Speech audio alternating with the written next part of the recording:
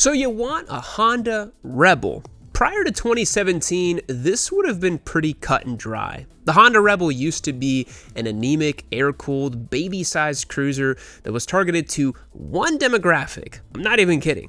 It was short women with zero riding experience. And hey, don't at me. It was literally in Honda's design brief, okay? I'm not that type of guy, all right? But in the modern day, the Rebel is something entirely else. A whole line of bikes encompassing machines from 300 to 1100 cc's. 3 different bikes, each wearing the same outfit, aimed at different riders. So if you like the look of the Rebel, you need to do a little recon to figure out which one is the right one for you before you sign on the dotted line. The Rebels are pretty interesting bikes that are pretty uncontested in their relative categories. These ain't your granddaddy's HD Astroglide, if you catch my drift. So you want a Rebel, you just don't know which one yet? Let's figure it out. Before we even talk about which Rebel you should buy, we need to address what these bikes actually are. Now, Honda might be calling them cruisers and they might somewhat look the part, but that doesn't really tell the whole story. Traditional cruisers have big, low-revving engines designed for download torque paired with relaxed ergonomics and lazy handling.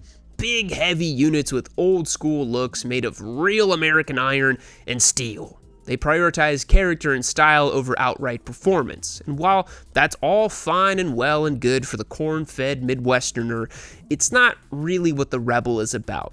The Rebels, regardless of their size, are aptly named because they rebel against cruisers. They behave much more like standard motorcycles that have been lowered, simplified, and dressed up in a style that would make a barista go, "Oh yeah, I like what I'm seeing." The riding position is more neutral than most cruisers. The weight is a fraction of what you'd get on something more classic, and the engines, a single cylinder on the 300 and parallel twins on the 500 and 1100, are not your typical lumpy air-cooled V-twins. They're smooth, linear, and they rev out to engine speeds that would make the average air-cooled V-twin beg for sweet mercy. Ever since the OG Rebel 250 launched way back in the 80s, the Rebel has been consistently about usability. Honda stuck to that philosophy throughout all those years, and today, regardless of size, the modern Rebels are easier and frankly more fun to ride than other bobber-style cruisers. Now, it'd be a mistake to believe the Honda Rebels exist on a progression power ladder like sport bikes. For example, you start on a 300, graduate to a 500, and then retire with an 1100. Because unless you're a content creator whose entire professional brand relies on the viewership of Honda products, that's probably not happening. Each bike exists to solve very specific problems. The 300 serves the same purpose as the 250 did back in the day. It's designed to be the least intimidating way to ride a motorcycle. With a seat height of just a fraction above 27 inches, even your grandma with her 2 hip replacements could feel confident swinging a leg over this thing. I don't want to think about your grandma swinging a leg over anything. I hated that analogy. I'm so sorry. But it uses a 286cc single-cylinder engine, making 27 ponies and 20 foot-pounds of torque, weighing just shy of 380 pounds.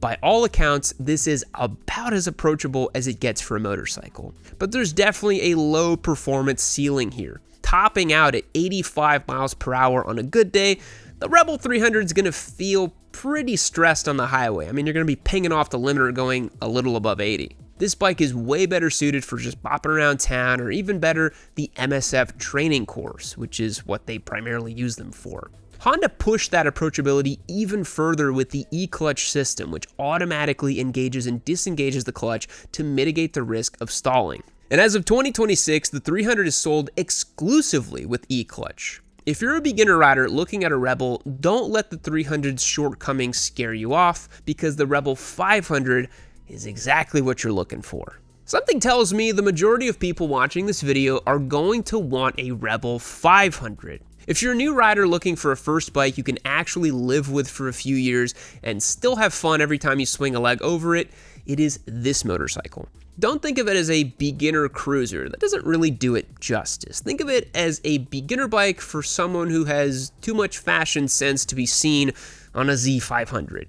It uses Honda's cross-platform 471cc parallel twin that feels at home in the Rebel, more so than any other bike in their lineup that uses this engine. It makes 47 horsepower and 32 foot-pounds of torque. That's enough power to be friendly and forgiving for beginners, but substantial enough to keep things interesting well beyond your first riding season.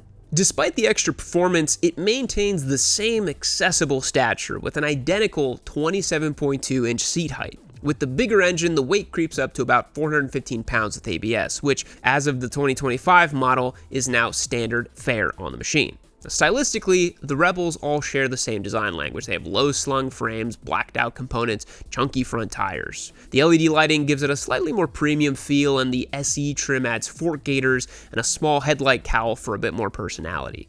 If you want to start riding, but you don't really know what direction you want to go, the Rebel 500 is probably what you're looking for.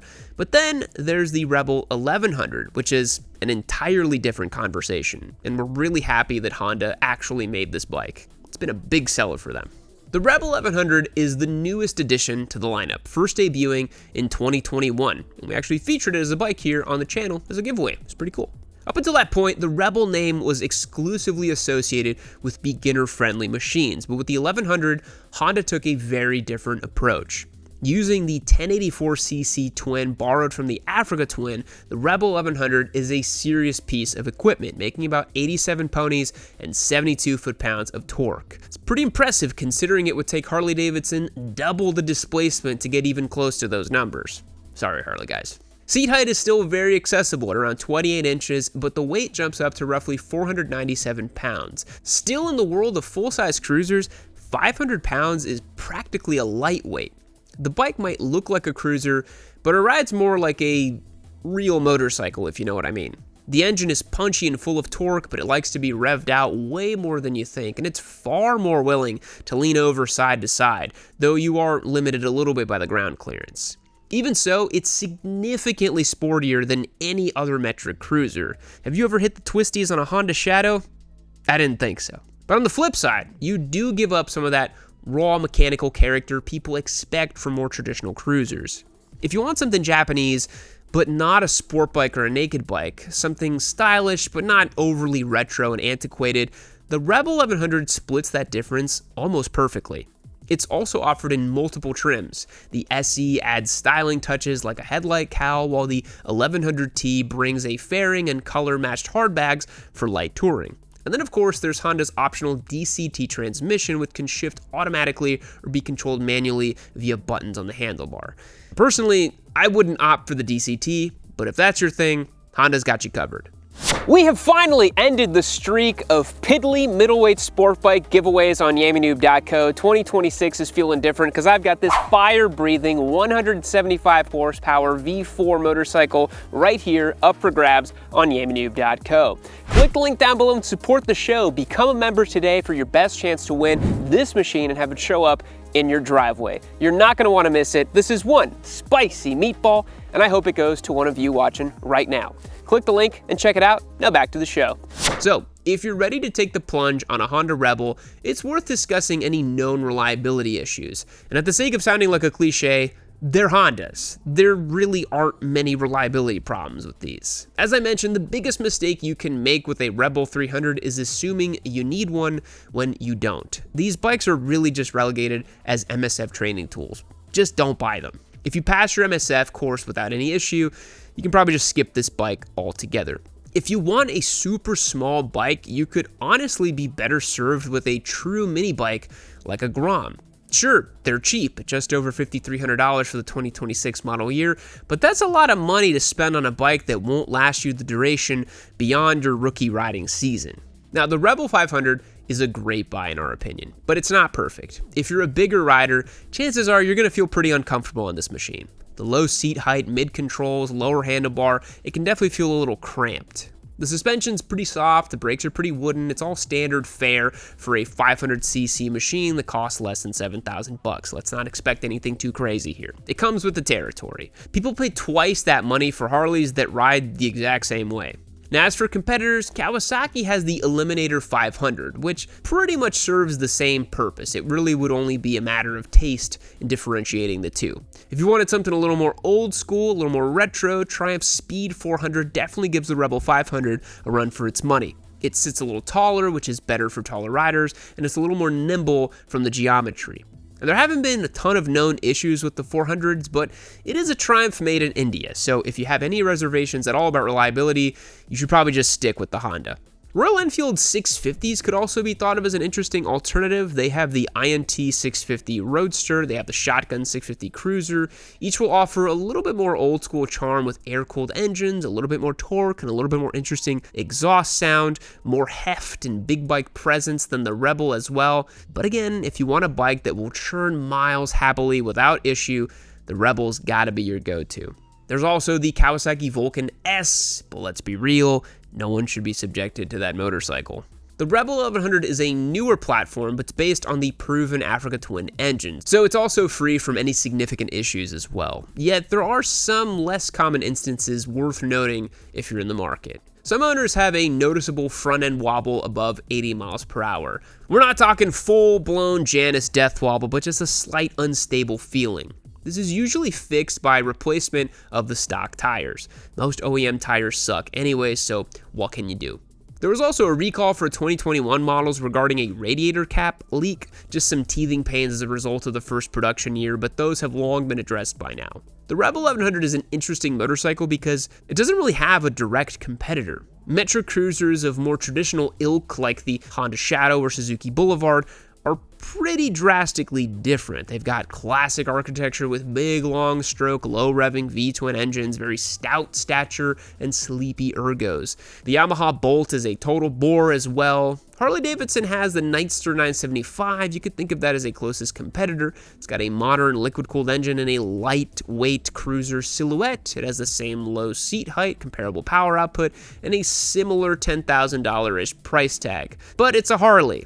And it's a newer Harley at that, so it likely won't be as easy of an ownership experience. I mean, come on, we're going to trade Honda reliability for Harley? Come on. One could also make the case for a Triumph Speed Twin. Classically styled yet sporting in nature, the 900 is more comparable in price, but quite a bit down on power. The 1200 is going to be more aligned on features and make a bit more power than the Rebel, but it also costs like 50% more. And again, it's not a Honda. For Honda guys and gals, that's a non-negotiable issue. Another oddball choice that could satisfy a similar niche as the Rebel 1100 is the Indian FTR 1200. It's got that sport meets cruiser two-cylinder motorcycle thing going on. It's got quite a bit more juice on tap, and now since it's out of production, you gotta look back in the catalog to pick one up. Again, it's a cool bike, but it seems a little too risky for the average Honda customer, and the infotainment system on board is a little clunky, and I don't know, Indian reliability compared to Honda, I mean, yeah, the choice kind of makes itself. So, you want a Honda Rebel. That can mean many different things depending on who you are. The Rebel 300 is a training tool, not a garage staple. Leave it to the MSF course to buy all these up. The Rebel 500 is the ideal beginner bike for someone who doesn't like sport bikes and honestly doesn't even like cruisers. It's just a good, approachable, cool-looking machine. But if you're on the taller side, you might need to look toward the other modern classics for more comfort. And the Rebel 1100 is for the intermediate rider who wants a cruiser that can do more than just bumble down a back road with Deb on the back. It's for someone who wants something modern and stylish, because let's be real, a Rebel 1100 definitely has more curb appeal than a Honda Fury in 2026. If you bought a brand new Fury ever, please leave a comment down below. I'd just love to hear from you, please. Honda isn't known for making the sexiest bikes, but as far as the cruiser segment goes, Rebels give everyone else a run for their money. What do you guys think? Did you start on a Rebel? Do you still putt around your neighborhood on a Rebel 250 from 1986? Let me know in the comments down below. If you found this video helpful, check out the rest of our channel. We produce motorcycle content on a near daily basis and are supported by our incredible community on our website, yammynoob.co. Thanks for watching. I'll catch you guys in the next one.